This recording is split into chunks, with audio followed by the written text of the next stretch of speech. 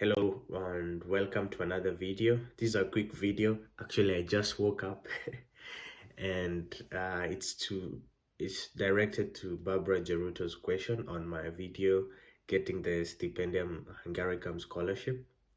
And I wanted to do this quick video because the deadline, apparently from what I gather from Barbara, is on Friday or maybe Monday. Then you have to present on Friday, which makes sense. So if anybody else is in this same situation right now, this video will help you. And if you're looking to write a motivational letter and asking about the English Proficiency certificate or letter, then you're in the right place.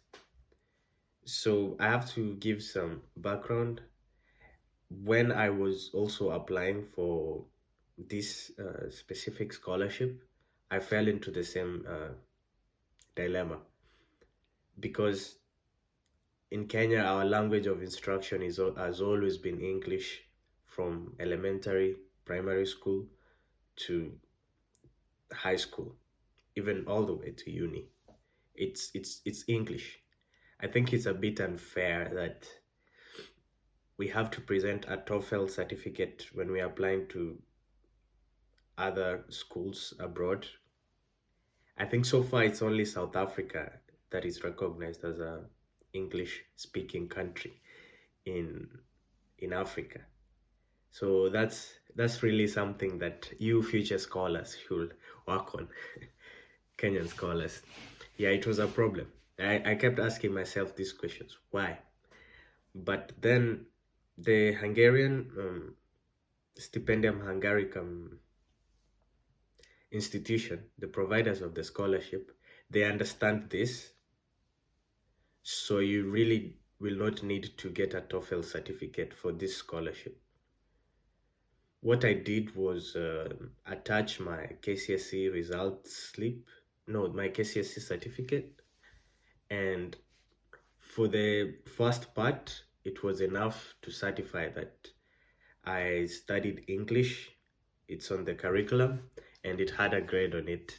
So that's what I submitted at first before the interview.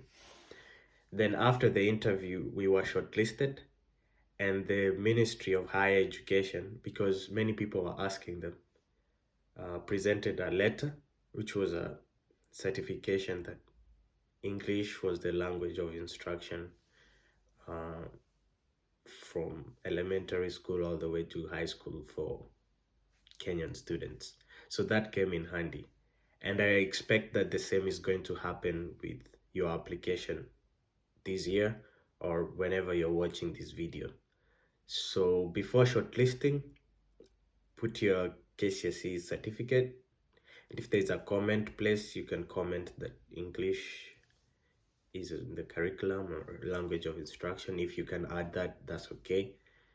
But after you're shortlisted for the interview, you're in communication with the ministry. The ministry usually gives a document to ascertain that you were taught in English and English is the language of instruction in the country. But if you're applying for other countries, let's say USA, China, and Australia, the TOEFL certificate is usually required, unless otherwise.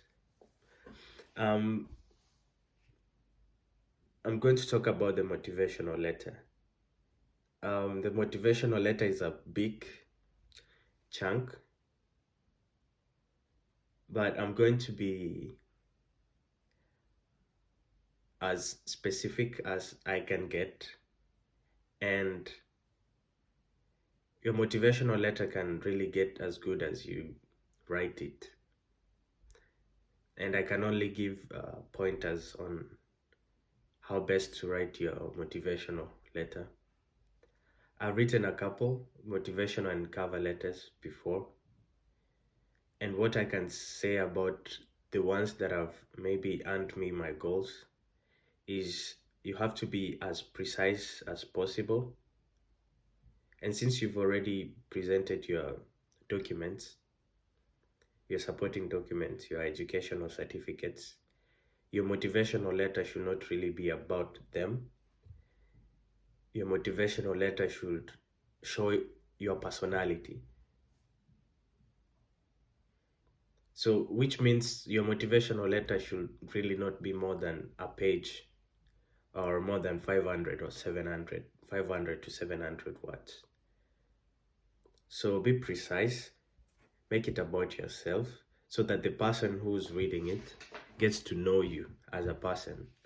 So your passions and hobbies, and also it's your time to show your motivation for applying to this scholarship. So why do you want this scholarship? Why Hungary? Why your specific university? What about the city that you're going to? What about the people? What about the culture? What can't you wait to experience in Hungary when you're not studying?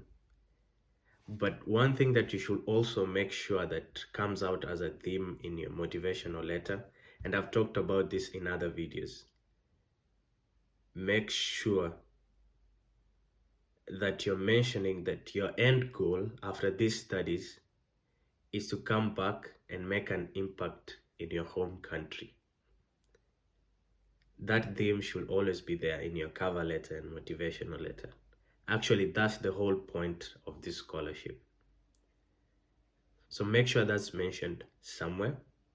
And also focus on your strong points, things that paint you as a positive person and forward-looking person that will fit in the Hungarian culture. So you have to also do some research about the Hungarian culture, what they like, what they don't like, and make sure you show that you're already thinking about being there and how you're going to be a positive member of the society, of the school, and such things. So focus on your strong points without coming off as too overconfident, but also don't mention your weaknesses to just appear modest. Just find the right balance to make yourself stand out. Yeah. What's the other thing? Yeah, your motivational letter is not a supplement to your educational documents. They have those, and if they're looking to find maybe a loophole in anything that you said in your CV, they don't want to find it out in your motivational letter. Just focus on making yourself stand out, bring out your personality, your passion, your interests, and show your motivation for this scholarship. So an example would be, I've always been interested in water sports, swimming, and I see that Hungary is very good at water polo. That really intrigues me, and that's something I'd like to try while I'm there. And combining it with the possibility of increasing my chances at an international career opportunity that will probably ripple into helping me impact my community back home. It's an opportunity that I can't let go to waste. So you see, it's just a bunch of words jumbled up together, yes, but it makes sense. So you're interested in some other things besides what you're going to do, but these things will enrich your experience in Hungary as you pursue your career and goals to come back and impact your country to the maximum level that you can. I hope that was helpful. The video is getting too long and I need to get my morning coffee.